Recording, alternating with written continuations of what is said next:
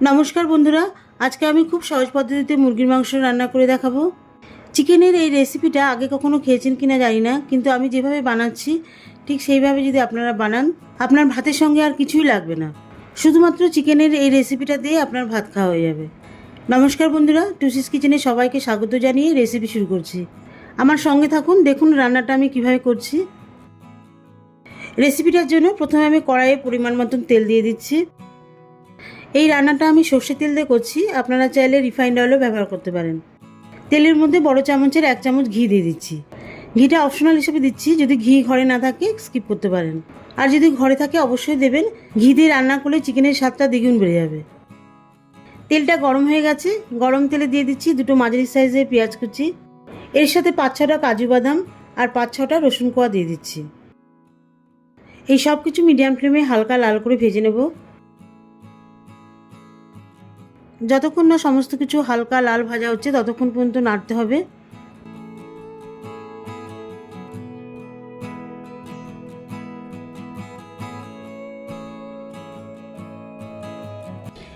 এখন 5টা গোটা কাঁচা লঙ্কা দিচ্ছি।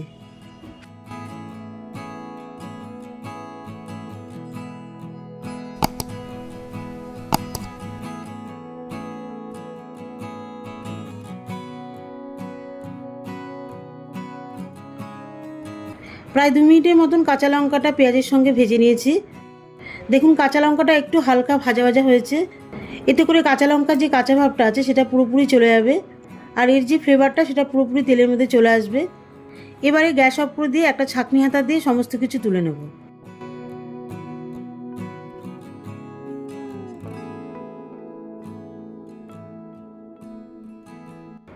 এগুলোকে ঠান্ডা করে নিয়ে একটা মিক্সার গ্রাইন্ডার মেশিনে সবগুলো দিয়ে দেব।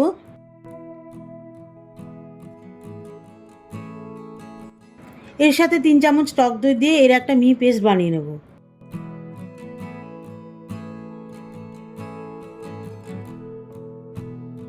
দেখুন খুব সুন্দর করে মশলার পেস্ট বানিয়ে নিয়েছি। এবারে রান্না করব। পেঁয়াজ ভাজা তুলে নেওয়ার পরে এর মধ্যে যে তেলটা পড়ে আছে, এখানে আরও কিছুটা তেল অ্যাড করছি। তেলটা গরম হয়ে গেলে এর মধ্যে কিছু গোটা মশলা দিয়ে দেব।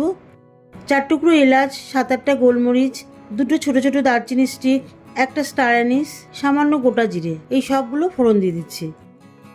এই সব গোটা মশলাগুলোকে ভেজে নেব।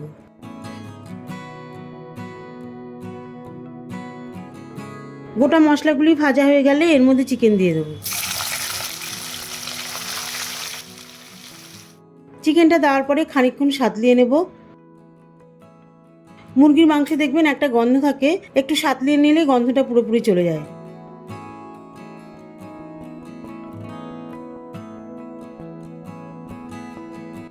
মাংসটা কিছুক্ষণ সাঁতলানোর পর এর মধ্যে 1 চামচ আদা রসুন বাটা দিয়ে দেব।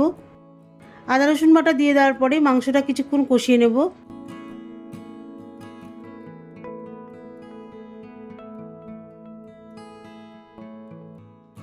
আদা রসুন বাটার সাথে মাংসটা 5 মিনিটের মতন কষিয়ে নিয়েছি।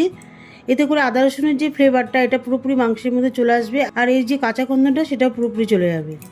এবারে দিয়ে দিচ্ছি 1 চামচ জিরে গুঁড়ো, 1 চামচ ধনে গুঁড়ো, 1/2 চামচ শুকনো লঙ্কার গুঁড়ো। এই সব গুঁড়ো মশলা দিয়ে আবারও মাংসটা ভালোভাবে কষিয়ে নেব।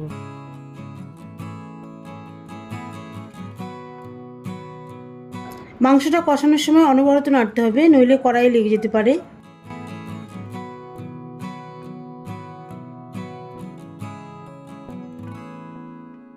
গুঁড়ো মশলার সাথে মাংসটা কষিয়ে নেওয়ার পরে এর মধ্যে লবণ দিয়ে দেবো। লবণের পরিমাণটা নিজেদের স্বাদ মতন দিয়ে দেবেন। লবণটা দিয়ে মাংসটা ভালোভাবে মিশিয়ে নেব, যাতে লবণের স্বাদটা পুরোপুরি মাংসের মধ্যে চলে আসে।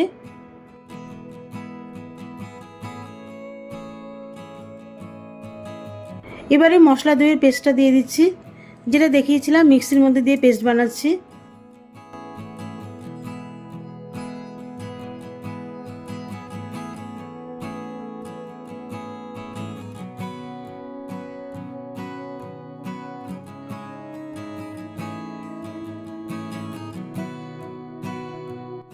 এবারে পেস্টের মধ্যে অল্প একটু জল মিশিয়ে দিয়ে দিচ্ছি। খুব বেশি জল দিচ্ছি না, যেহেতু ঘন গ্রেভি তৈরি হবে।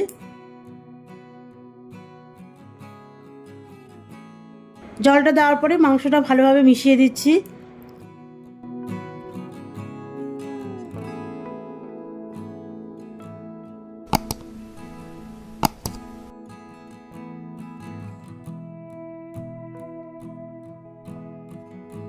মশলা মেশানো জল দেওয়ার পরে আরও একটু জল দিয়ে দিচ্ছি। জলটা নিজেরা বুঝে শুনে দেবেন, যে যেমন গ্রেভি খেতে পছন্দ করেন ঠিক সেই পরিমাণ অনুযায়ী জল দেবেন। আমি অল্প একটু জল মেশাচ্ছি, যেহেতু আমি খুব একটা বেশি পাতলা গ্রেভি করব না, ঘন গ্রেভি তৈরি করব। এরপর একটা ঢাকনা দিয়ে মাংসটা 5 মিনিট সেদ্ধ করতে দেব। আর এখন গ্যাসের ফ্লেমটা হাই করে দিচ্ছি, তাহলে মাংসটা ভালোভাবে ফুটবে আর সেদ্ধ খুব ভালো হবে। গোটা মশলা ফোড়ন দেওয়া থেকে শুরু করে কষানো অবধি পুরোপুরি মিডিয়াম ফ্লেমে করছিলাম, আর ঢাকা দেওয়ার সময় গ্যাসের ফ্লেমটা হাই করে দিলাম। 5 মিনিট পর ঢাকনাটা তুলে নিচ্ছি। দেখুন মাংসের একটা ঘন গ্রেভি তৈরি হয়েছে আর মশলা থেকে তেলও ছেড়ে দিয়েছে। এখন দিচ্ছি 1/2 চা চামচ গরম মশলা আর 1 চামচ ঘি। গরম মশলা ও ঘি দেওয়ার পরে বেশ ভালোভাবে মিশিয়ে দেবো মাংসের সঙ্গে। গরম মশলা ও ঘি দেওয়ার পরে দারুণ একটা সেন্ট বেরোচ্ছে বন্ধুরা। যাই হোক, আমার রান্নাটা পুরোপুরি হয়ে গেছে। এখন ঢাকনা দিয়ে 5 মিনিট এইভাবেই রেখে দেবো। 5 মিনিট পর সার্ভ করব। তো দেখুন বন্ধুরা, একটা প্লেটে সার্ভ করেছি। রেসিপিটা দেখতে খুবই সুন্দর লাগছে, আশা করি খেতেও খুব ভালো হবে। দেখা হবে পরবর্তী ভিডিওতে নতুন কোনো রেসিপি নিয়ে। ভালো থাকবেন, সুস্থ থাকবেন, আর আমার চ্যানেলটিকে লাইক, কমেন্ট ও সাবস্ক্রাইব করে আমার পাশে থাকবেন।